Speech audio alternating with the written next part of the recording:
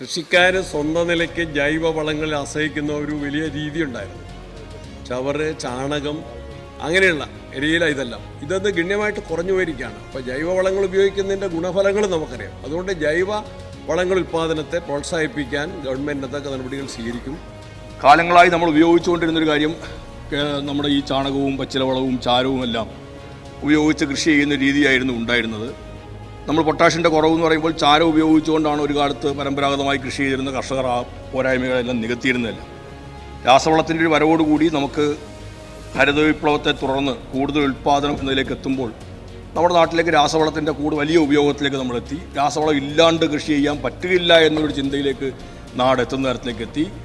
രാസവളത്തിൻ്റെ ഇത്തരം പ്രശ്നങ്ങളെല്ലാം ഉണ്ടാവുന്നതിനെ നമുക്ക് ഒരു പരിധിവരെയെങ്കിലും ഒന്ന് പിടിച്ചു നിർത്താൻ അങ്ങ് പറഞ്ഞതുപോലുള്ള കാര്യങ്ങൾ പറ്റും. അതിന് ജൈവ ജീവാണു വളങ്ങൾ ഉൽപ്പാദിപ്പിക്കാൻ കർഷകർക്കും കൃഷിക്കൂട്ടങ്ങൾക്കും പരിശീലനം നൽകുന്ന പരിപാടി സർക്കാർ ആരംഭിച്ചിട്ടുണ്ട്.